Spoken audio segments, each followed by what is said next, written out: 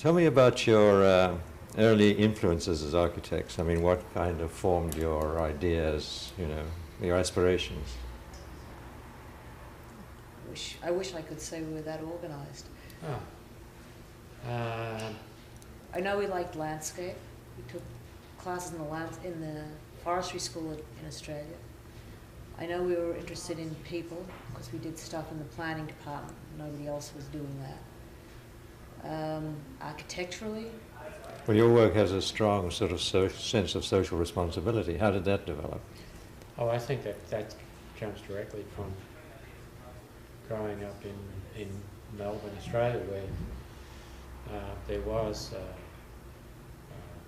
I think, more emphasis in social responsibility, maybe across the board and also in architecture.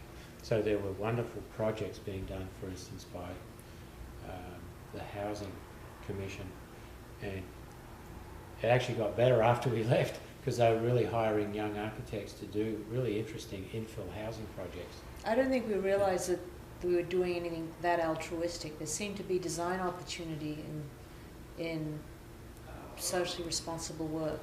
And when we came here, we didn't realise it was something that was so unusual. It just seemed to be something that you would do. Why not? And it seemed that at the time when we first started getting into affordable housing, there didn't seem to be, this was in the 80s, and not a lot of architects were sort of interested in that because they didn't see it as an opportunity for doing something interesting architecturally. And to us, it didn't seem like it, you know, that this was not a venue for doing something of architectural interest. You didn't see a conflict between there was no conflict between the aesthetics and the social responsibility? Not really, because just because you're doing housing for people with marginal means doesn't mean that they don't deserve to live in something that could be interesting. I mean, the thing we like to do on all our projects, we always ask ourselves is, and subconsciously, we don't, but you know, if we were in that situation, if I was somebody on Skid Row and had to live in a Skid Row hotel, what would I like it to be like, you know? And so... In that case, we chose a pensiona, like if you were in Italy and there was something personal about it, and that it had a sort of a little bit of hotel in a boutique hotel kind of appearance, because that would be a nice place or way to live. And I think we're probably income blind in terms of client. I think everybody wants the same things. Maybe they want more of something. But in terms of an experience or an aesthetic, I don't believe that people are that different. You may connect with somebody or another, but that doesn't mean they will have more or less money because, you know, to spend on their lives. But one of the problems, in a way, in doing affordable housing, or is that you are not dealing directly with the clients, with the people who are actually going to live there. You're dealing with bureaucracy. That's true, and so then you are dealing with bureaucracy, but you project you say, well, okay, then I'm not dealing with them, but So you have to become your own client. You become your own client. You project that. Right? I think that's part of the problem with a lot of the housing we're seeing in the States is it's not personal, and I guess the key to designing stuff for people who don't really have a say is to make it personal for you. At least you've designed for someone real that's human, you know, it's not just, well, what's expedient. I think that's very important. But when we started... And you have to make that case to the bureaucracy. Well, the actual clients actually are quite understanding. The people, the way that it works here is usually non-profit providers or the people who hire us, cities who are looking to do community centres or recreation centres. They're not in the way. It's the regulatory framework that's in the way, and it's the budget that's in the way, and it's the idea that you shouldn't appear to be spending too much money on things that are meant to be, what do you call it, that are not, you don't want it to look like you provided a luxury, you're meant to be providing a necessity. But you also do go and observe. You do a low-income housing project, you don't do it in isolation. You go and see the projects that maybe that have been done, and you go, well, gee, wouldn't it be better if it had this, or gee, that's a great thing that they've got there. And so you do that. Don't forget you're talking about people who are renting, so there's no point talking to one group because they may have particular desires or wishes, and they move on at somebody else. So you are designing something, and you're designing for a group of people who are going to come and go, and you just have to make those projections. And architects, as architects, we're trained to do that. Hopefully, that we can look at something and say, gee, that's great, or that's not great. We could do better. And I think one of the things that was happening is that step was at that time, I think, missing. And what was missing was the big part was how do I make it Los more, Angeles, you mean? Yeah, how do you make it more interesting? How do I make that interesting architecturally so it's it's just not as boring? I mean, it's got all the amenities and everything, but you've added a little bit extra. We always have this thing that if you give the client exactly what they expect, they'll never be surprised. And so you haven't done your job. So going down a list and checking off all the boxes and saying, okay, I've done that. Well, to us, that's not enough. I mean, we can do something more than that and have something that's a beautiful surprise. It can be as simple as having beautiful lighting. It can be, or just a beautiful composition in the building. Or it could be that it's a modern building where everybody else is doing these sort of, at that time they were doing very sort of postmodern things. But there are two things in that too. The postmodern part, what was wonderful about early postmodernism when we were training, was people like Charles Moore and Venturi were trying to find a connection with popular culture. Where it ended up is very disappointing because it became conventionalized. And but the lessons of connecting with culture that architects are somehow, and they're doing it all over again, distancing themselves from the rest of the population is a problem. And I've always been interested in how you cross over those two camps or points of view. Most of you can't speak to your parents about architecture if you're in the design profession. They don't understand what you're doing. And how do you bridge that gap somehow? But much of what passes for popular culture is actually commercially manufactured. Right. Like strip malls and the stuff you see around. That's Burger Kings and McDonald's are. These are commercial products. I mean, what is popular culture? I don't see. That's where I don't really have a problem with it. I'm a little bit I'm an acceptor of how cultures grow. I don't think that because it's ugly, it's bad, necessarily. The strip malls in LA, for example, were the most energetic infill projects that had happened in decades because there are a lot of little entrepreneurial businesses, often by immigrant families, and they had a vitality and a life that was pretty cool. Strange signage, not particularly nice buildings, but cool places to be because there was an energy level. And that kind of authenticity of living is something that really is interesting to us. To a certain extent, architecture is like conceptual art. You're setting up a relationship with the viewer. So it's a sort of, I've been trying to call it like some kind of democratic design. That how do you build a relationship with a viewer allows them various degrees of interaction. They can walk by, nothing. They can choose to see a clue, and they build relationships. Because what's wonderful about conceptual art, it doesn't exist unless you want to build the framework for the story that's being told. It's words and images, but you've got to put them together, or it's an ordinary object displayed in a way that makes you think the ordinary object is different. And that, to me, is what we're kind of trying to do with what we do. The other aspect of the kind of humanity, I think, is I have a lot of trouble with authority. And you're equally bad, actually. Is that a very Australian thing? Well, yeah, I think culturally it's meant to be. Culturally it is. And so I don't like settings that feel like they're patronizing. I don't like settings where I feel like I'm meant to see a certain thing or be smart enough to understand a certain thing. And I think that influences the style of the work. So it's kind of lazy in its what it's projecting. It's not saying, okay, I know I'm architecture, look at me, I'm strong. You know it. You can tell. We're kind of working on the edge of where, is it architecture? Isn't it architecture?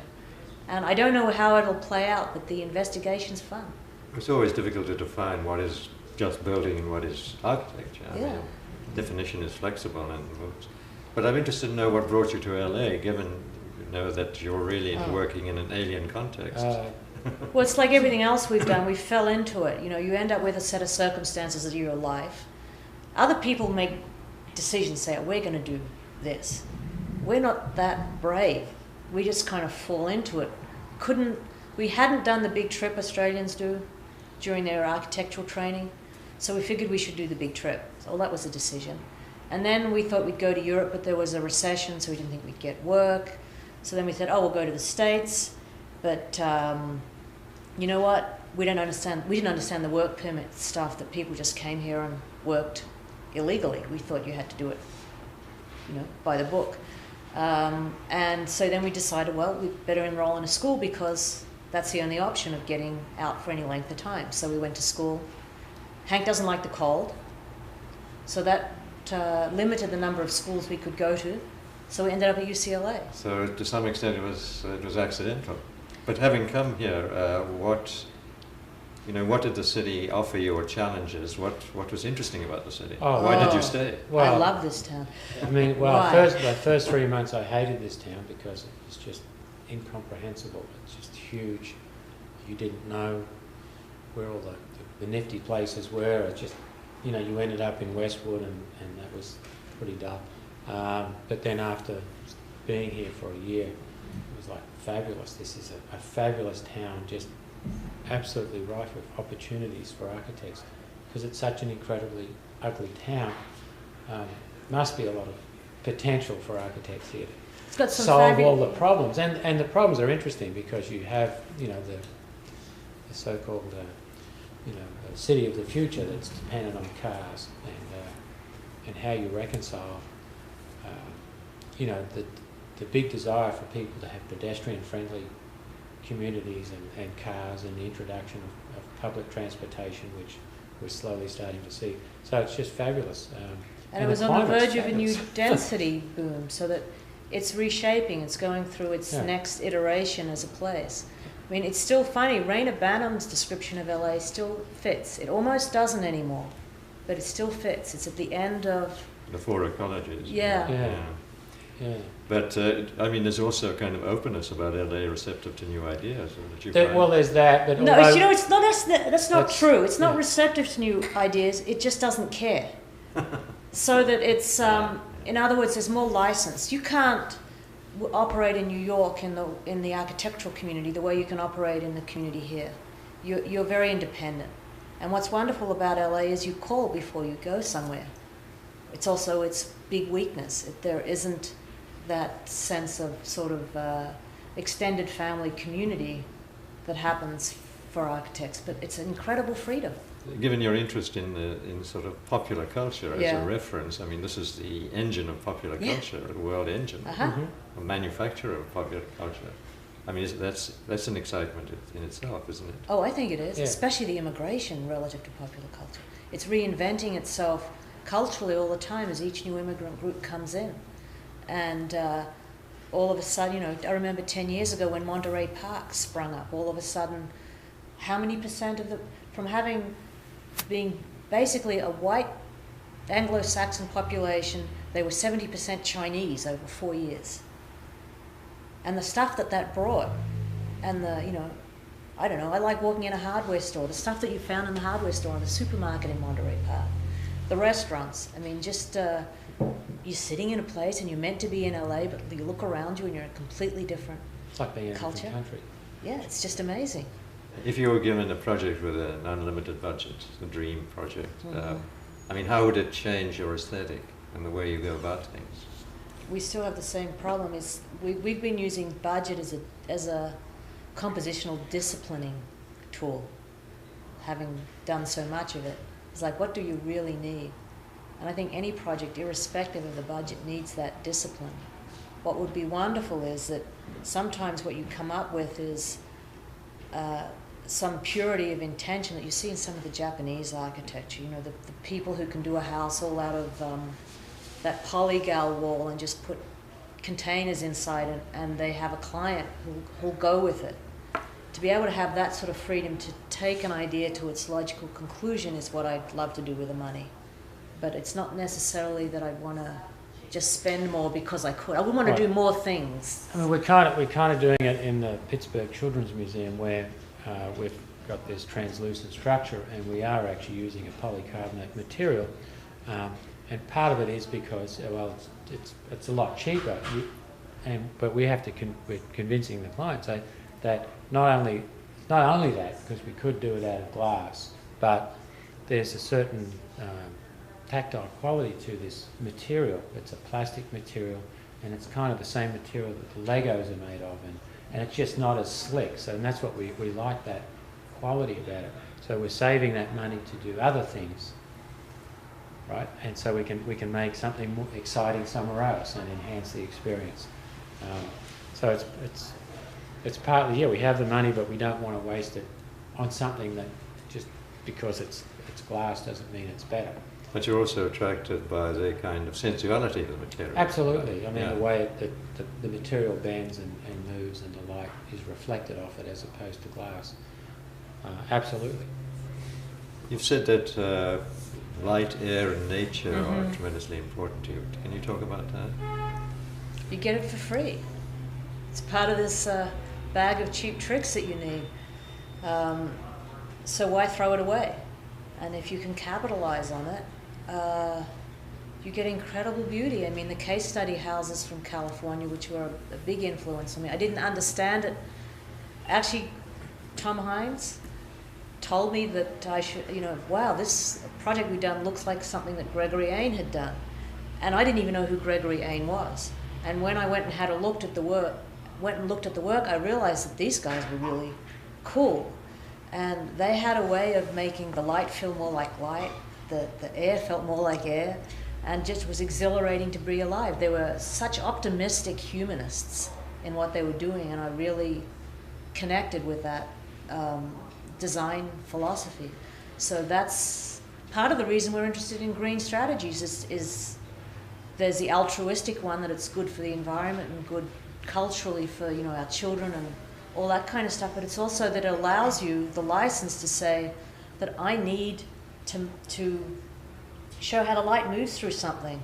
That when you shade something, you get patterns. When you see the light changes through the time of day, all that you get as a design gift, to use. So I think that comes also from our interest in landscape. Yeah. And there's no better. I think that we love to go camping and being outdoors, and that's what you've got out there is lots of light, lots of air, and the shadows are fabulous, and that we like to bring that same sort of quality indoors, but also shadows on a building as pattern making. How do you, as a wrap up, how do you see the future of your firm, and where is it going? Is it continuing the same areas, or where do you like it to go? Well, we're moving into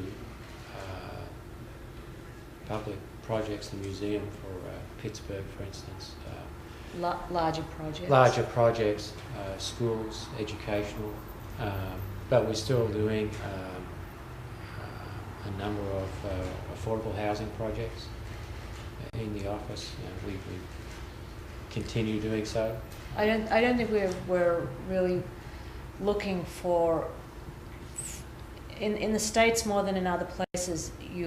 The first question people ask you when you're an architect is what kind of buildings do you design? And what they mean by that is it housing, or is it retail?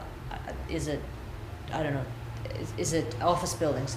And you're meant to specialize in a building type, which I don't think is all that healthy. And so we don't really have a building type in mind when we look at it, but I think we're looking for more possibility for invention. We've developed the office in such a way that we want to be able to take more risk. We've never, doing the affordable housing and the cheaper projects, we've never said, let's have an idea first and then work out how to do it. We've always said, I know how to do this, we'll apply that idea to this. And I think the sort of, do you agree with that? Mm. We're trying to move to think, well, we have this idea, how do we make this happen? And to try and enrich the bag of tools that we have to do things with. So I think that's why we're so carried away with this children's museum, because we'd never won a competition before. And here we had this idea there that we thought was a good idea, but we hadn't worked it through well enough to work out how the whole thing fitted together. And we get this opportunity of trying to work out how to make something possible, and that's wonderful.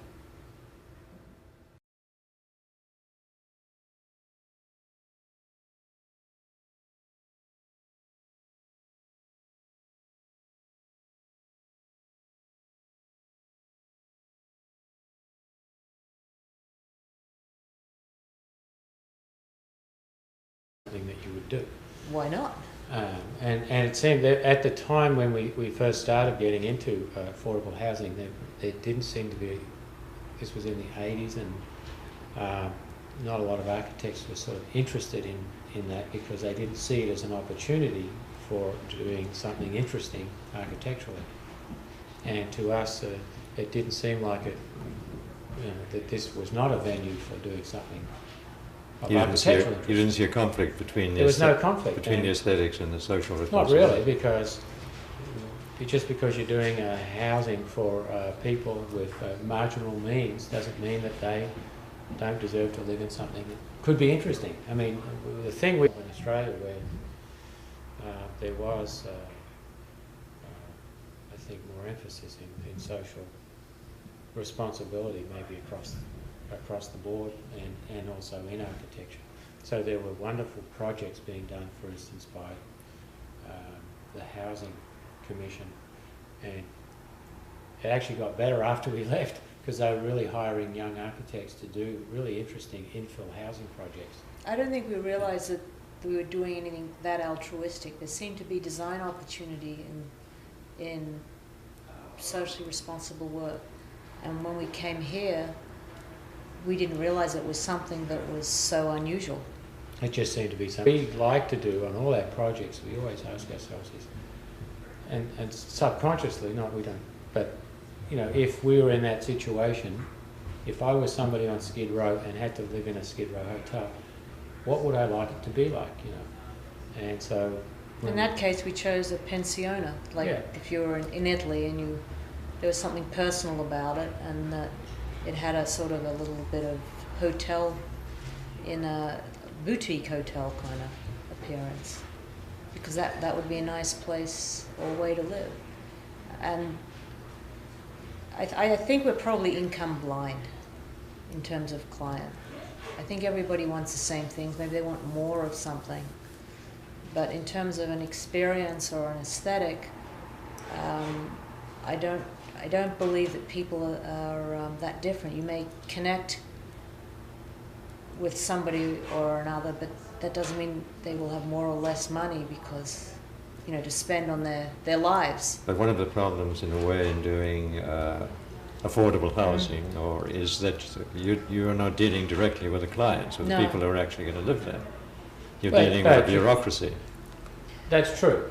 And so then you are dealing with bureaucracy, but you project you say, well, okay, then I'm not dealing with them, but I so you have to become your own client. You become your own client.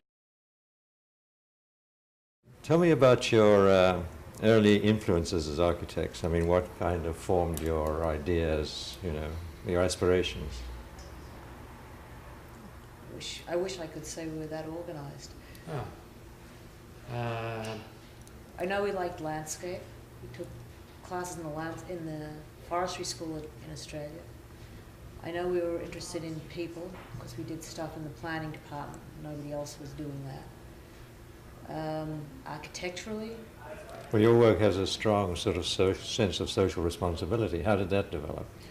Oh, I think that comes directly from growing up in Melbourne.